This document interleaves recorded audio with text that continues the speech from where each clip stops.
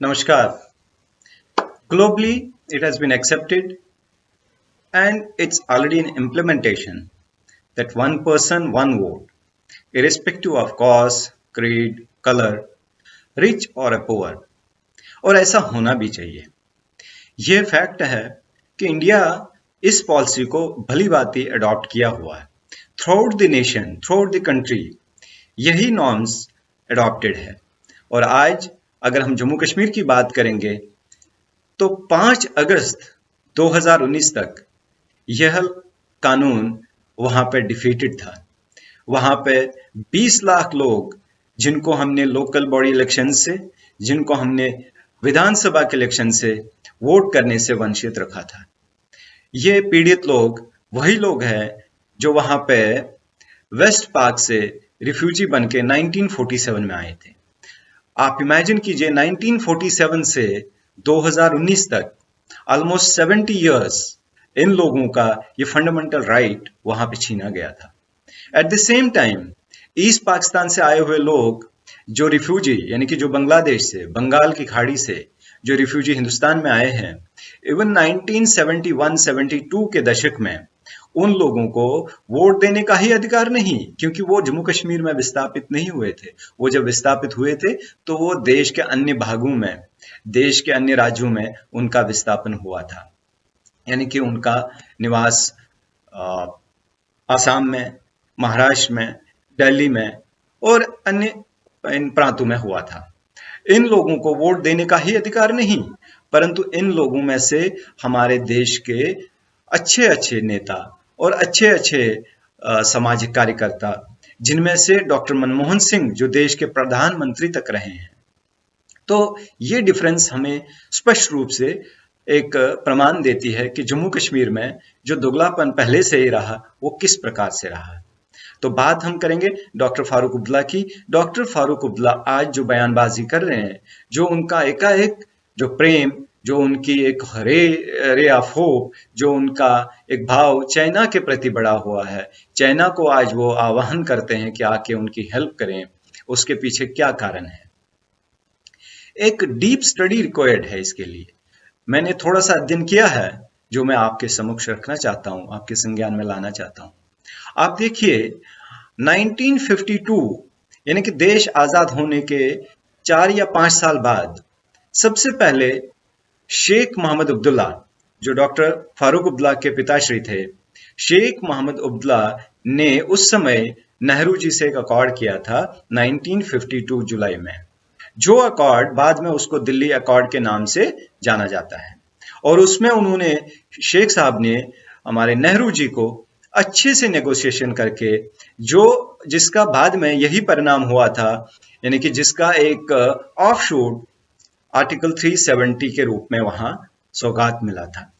आप देखिए वो प्रांत जम्मू कश्मीर देश के पूरे इतने राज्यों से अलग ऐसे था कि वहां पे 2 निशान, 2 विधान और 2 प्रधान ऑलमोस्ट 5 अगस्त 2019 तक था। नेशनल कॉन्फ्रेंस का फ्लैग जो हल का चुन लगा के वहां का ट्राई कलर के साथ पैरेलल लगा रहता था, उसकी पार्टी का यानी कि नेशनल कॉन्फ्रेंस पार्टी का वो फ्लैग था, और वो वहां का यानी कि एक नेशनल फ्लैग के रूप से भी होस्ट किया जाता था। बी दैट 15 अगस्त होने दो, 26 जनवरी होने दो, ट्राई कलर के साथ आपको हल का भी एक यानी कि उसके ऊपर हल का मार्क लगा के लाल कलर का झंडा वो भी लहराता था। चाहे वो हमारी विधानसभा हो, डीसी का ऑफिस हो, डीजी का ऑफिस हो, किसी भी अधिकारी का ऑफिस हो या किसी मिनिस्टर का ऑफिस हो, गाड़ी हो, 2 फ्लैग लेके वो गाड़ी चलती थी। वो ऑफिस वहां पे उसके ऊपर छत के ऊपर वो 2 फ्लैग लहराते थे। तो ये 1942 दिल्ली अकॉर्ड की एक देन थी। उसके बाद ये तो नेहरू और शेख साहब का अकॉर्ड हुआ था। उसके बाद 1975 में हमारे इंदिरा गांधी जी ने फिर से शेख साहब के संग, सेम शेख मोहम्मद अब्दुल्ला जो चीफ मिनिस्टर थे उस समय जम्मू कश्मीर के, यानी कि उनको सदर रियासत का दर्जा दिया होता था। उस समय तक वो चीफ मिनिस्टर नहीं, एक एट पार प्रधानमंत्री माने जाते थे। तो इंदिरा जी ने बहुत अच्छी नेगोशिएशन उनके संग की। इंदिरा जी ने 1975 के अकॉर्ड में जो इंदिरा शेख अकॉर्ड जिसको नाम दिया गया है, उसमें कम से कम ये जो सदरी रियासत वाला जो नॉमेनक्लेचर था, यानी कि प्राइम मिनिस्टर वाली पदवी जो थी, और उसमें दूसरा, इसको सबसे पहले इस चीज को हटा दिया, उसके बाद उनको चीफ मिनिस्टर का ही नाम दिया गया। दूसरा, वहां पे जो नेशनल कॉन्फ्रेंस का जो कैडर था, नेशनल कॉन्फ्रेंस के जो वर्कर थे, उनकी एक एक बहुत लंबे अरसे से एक डिमांड चल रही थी प्लेबिसाइड की, यानी कि राजकुमारी की। वो भी इंदिरा जी ने उस टाइम अच्छे से उनके संग बैठ के उनको अच्छे से समझा के, और वो भी यानी कि डाई डाउन हो गया था। उसके बाद उन्होंने वो डिमांड छोड़ दी थी, नेशनल कॉन्फ्रेंस ने उससे भी त्याग किया था। उसके बाद तीसरा आया राजीव फारूक अकॉर्ड। राजीव फारूक अकॉर्ड, जितनी भी इंदिरा जी ने थोड़े से उस पूरे जो दिल्ली कश्मीर की जो रिलेशन हमेशा एक बड़ी डाइसी रिलेशन रही थी, जो हमेशा एक दूसरे को धमकियों से चलाते थे, वो राजीव जी ने फिर से अपने नेहरू जी के पद चलनों पे चल के उसको इंदिरा जी ने जो अच्छा डाइल्यूट किया था, उसको राजीव जी ने फिर बिगाड़ा। तो आज फारूक साहब की जो पेन है कि जो पीछे 7 दशकों से पहले शेख और नेहरू जी का, फिर राजीव, फिर शेख और इंदिरा जी का, फिर राजीव और फारूक का जो अकॉर्ड होते रहे थे, होपफुली इनकी एक्सपेक्टेशन थी कि 2020 में अब उमर और राहुल जी का एक अकॉर्ड और होगा, वो होने से रहा, क्योंकि आज मोदी एरा है। और अब इतना ही नहीं, एक भविष्य की चिंता किस हद तक इनको सताती है। आप देखिए, वहां पे कई एक्ट्स उसके बाद जो है लोकल पार्लियामेंट की, क्योंकि उनकी पावर थी, प्रेसिडेंट का ही खाली वहां पे इंटरफेरेंस चल रहा था, कोई भी पार्लियामेंट से बना हुआ एक्ट वहां की लोकल असेंबली में पास होना चाहिए था। ये सारी चीजें धारा 370 और 35 से हटने से ही सारे खत्म हो गए। अब फारूक साहब की 90% पावर तो चली गई। जो एक पारंपरिक, जो उनका एक परिवारवाद, जो उनकी एक तानाशाही चल रही थी, वो जीरो हो गई। अब उतना ही नहीं, साथ में दूसरा, जो पुराने किए हुए पाप, जो पुराने किए हुए कर्म, उनके ऊपर इंक्वायरियां चलने लगी, सीबीआई आए दिन वहां पे पूछताछ करने लगे। और जो इन्होंने कानून बनाए थे, कई ऐसे रोशनी एक्ट जो अंधेरे एक्ट के समान ही थे, ऐसे कई एक्ट्स जिनके अंतर्गत इन्होंने लैंड ग्रैबिंग की थी। जम्मू में, जहां पे यानी कि जम्मू और कश्मीर 2 डिवीजन पहले यानी कि धारा 370 का डिमोलिश होने से पहले, लद्दाख, जम्मू एंड कश्मीर, ऐसे 3 डिवीजन होते थे। तीनों डिवीजनों का जो डोमिसाइल एक पारंपरिक स्वरूप में वो इन्हीं शेख परिवार के हिसाब से ही चलता था। अब आज की डेट में everything is black and white. कानून दिल्ली से जो बनता है वही कन्याकुमारी से लेकर कश्मीर तक लागू होता है, और एक यूनियन गवर्नमेंट की वहां पे प्रेजेंस धीरे धीरे बढ़ने लगी है, जो पहले सीमित थी, यानी कि डिफेंस, फाइनेंस और कम्युनिकेशन तक ही लिमिटेड थी। उसके बाद अब धीरे धीरे जो है हर चीज में गवर्नमेंट ऑफ इंडिया का इंटरफेरेंस है। तो हम जब बात कर रहे हैं, आज हम बात करेंगे डिलिमिटेशन की। तो डिलिमिटेशन सबसे पहले क्या है, जो जैसे मैंने शुरुआत में कहा था कि हर व्यक्ति को वोट देने का फंडामेंटल राइट है, लेकिन वहां पे ऑलमोस्ट 20 लाख लोग ऐसे जिनको इस राइट से वंचित रखा गया था। आज वो सब खुशियां मना रहे होंगे क्योंकि उनको सबसे पहले वोटिंग राइट मिला। अब ये वोटिंग राइट तो मिला, लेकिन उनका रिप्रेजेंटेशन भी तो होना चाहिए, उसलिए डोमिसाइल इज अ मस्ट। आज अगर जम्मू कश्मीर में कहीं ना कहीं हताशा दिख रही है, कहीं ना कहीं निराशा दिख रही है, उसका एक मूल कारण है क्योंकि वहां पे बहुत सारे लोग, मैं खाली इन 20 लाख लोगों की बात नहीं कर रहा हूं जो वहां पे शरणार्थी बन के आके रहने लगे थे 1947 में, मैं वहां पे हर उस हिल काउंसिल के, हर उस पहाड़ी व्यक्ति की बात कर रहा हूं, उसकी पीड़ा आज उसका वर्णन कर रहा हूं, जिसका कहीं ना कहीं मैं भी भोगी हूं। मैं डिस्ट्रिक्ट अनंतनाग की बात कर रहा हूं, मैं बारामूला की बात कर रहा हूं, मैं कुपवारा की बात कर रहा हूं, मैं डोडा किश्तवाड़ की बात कर रहा हूं, आज मैं कठुआ की बात कर रहा हूं, उधमपुर की बात कर रहा हूं। ये सारी ऐसी जगह हैं जो फुल्ली हिली टटेन्स है, जिनको आज भी रोड नाम की कोई चीज मात्र नाम से ही जानी जाती है, लेकिन एग्जिस्टेंस में शायद नहीं होगी, जिनमें कोई इंडस्ट्री नहीं है। टूरिज्म के इतने अच्छे अच्छे स्पॉट्स हैं, लेकिन टूरिज्म वहां चूंकि कम्युनिकेशन नहीं, रोड नहीं, तो टूरिज्म कैसे होगा। तो ऐसे में जब हम बात करते हैं कि एक सेंस ऑफ पार्टिसिपेशन जो वहां लैक करती ऐसे लोगों को, तो इनको सेंस ऑफ पार्टिसिपेशन की सबसे ज्यादा जरूरत है। आज इनको इग्नोर्ड लॉट लग रहा है, ये सारे लोग आज इनको अंडर प्रिविलेज रखा जा रहा है। रीजन भी क्योंकि आप देखिए, जैसे एक प्लेन एरिया में एक माननीय विधायक जी यानी कि एमएलए अपने पूरे एरिया को, अपनी पूरी कॉन्स्टिट्यूंसी को मान लीजिए 24 से 48 घंटे में पूरा राउंड ले सकता यदि वो चाहे तो। और अगर यही बात आप हिल की बात करोगे, किसी हिल कॉन्स्टिट्यूंसी की बात करोगे, फॉर एग्जांपल आपने किश्तवाड़ की बात करी, वो छोड़ दे, किश्तवाड़ बहुत दूर है।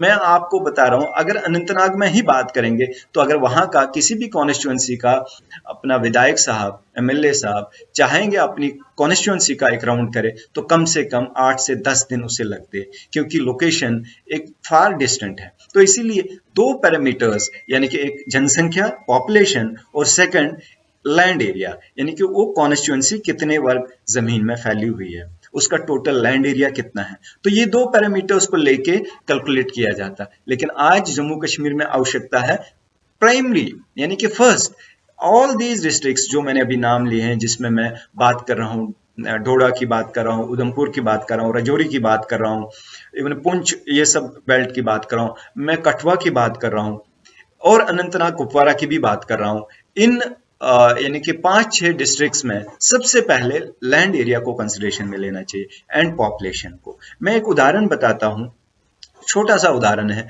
जब हम बात करते हैं अनंतनाग की, अनंतनाग में टोटल पॉपुलेशन जो है आज की डेट में 10,36,829 जनसंख्या है और इसका जो क्षेत्रफल यानी कि इसका जो एरिया इन स्क्वायर किलोमीटर्स है वो है 3,500 किलोमीटर और यहाँ पे मात्र 6 विधायक हैं, यानी कि आज की डेट में 6 एमएलए वहां से इलेक्ट होते हैं, यानी कि असेंबली में आते हैं।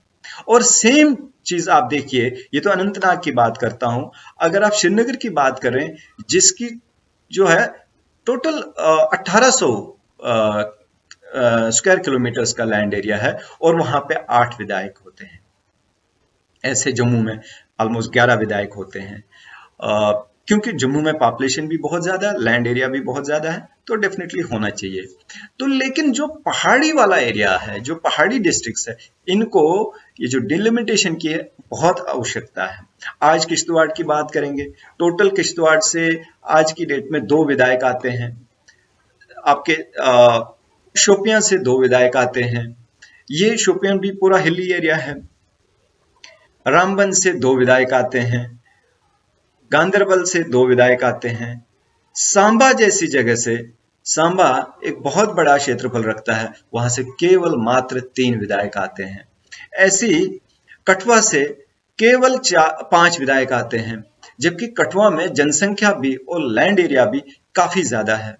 तो ऐसे यही चीजें आज फॉर्चुनेटली इस यानी कि ये जो अभियान नया चला है, ये जो प्रेसिडेंट साहब ने, जिनको बहुत बहुत धन्यवाद इस चीज के लिए, एक कमेटी का संगठन किया है जो वहां जाके डिलिमिटेशन के ऊपर काम कर रही है। सबसे अच्छी बात है, डिलिमिटेशन का जो प्रोसेस शुरू हुआ है, उन्होंने वहां के जो स्टेक होल्डर्स है, खुद डॉक्टर फारूक साहब को सबसे पहले इन्विटेशन दी थी कि आप भी आ जाइए। He was also invited to be part and parcel of this committee, but definitely वो अगर इन शब्दों में रखा जाए कि उनको ऐसा लगने लगा कि वो कहीं ऐसा, वो एक उदाहरण है ना अपनी कब्र खुद खोदने वाली बात, तो उन्होंने बिल्कुल उससे मना कर दिया।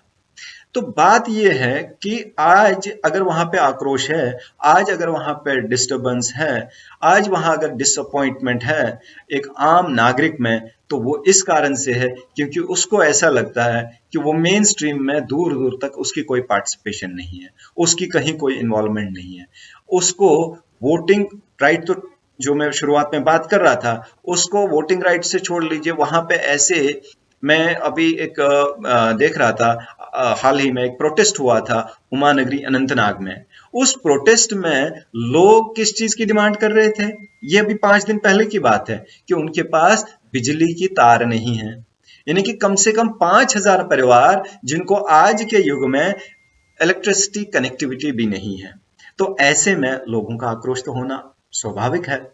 और मैं दूसरी बात बताता हूं, आप देख लीजिए, अगर इसी जगह में एक विधायक इसी जगह का एमएलए जो किसी भी विलेज से बिलोंग करता है, तो हम शांगस ब्लॉक की बात करेंगे।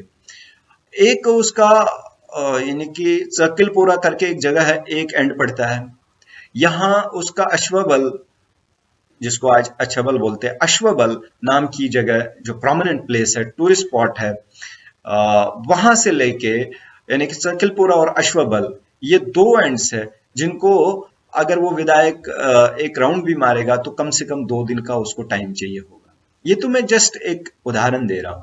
ऐसे बहुत सारी जगह, ऐसे रजौरी में, ऐसे कठवा में, आप कठवा में देख लीजिए, एक एंड उसका आपका लखनपुर जो बॉर्डर एरिया पड़ता, और दूसरा एंड उसका समवेयर क्लोज टू कालीबड़ी बोलते हैं उसको, वहां से आगे लेके जितने भी गांव, रिमोट फार फ्लंग गांव है, जिनको आज भी रास्ते की कनेक्टिविटी में प्रॉब्लम है, प्रॉपर कम्युनिकेशन नहीं है, ट्रांसपोर्टेशन नहीं है, तो ऐसे में जाना, ऐसे में अच्छा दूसरा, इन एरियाज को जब हम कंपेयर करेंगे प्लेन एरियाज से, तो इनमें रोड कंस्ट्रक्शन का कॉस्ट भी ज्यादा आता, बिल्डिंग कंस्ट्रक्शन का कॉस्ट भी ज्यादा आता, तो ये सारे चैलेंज इसमें होते हैं।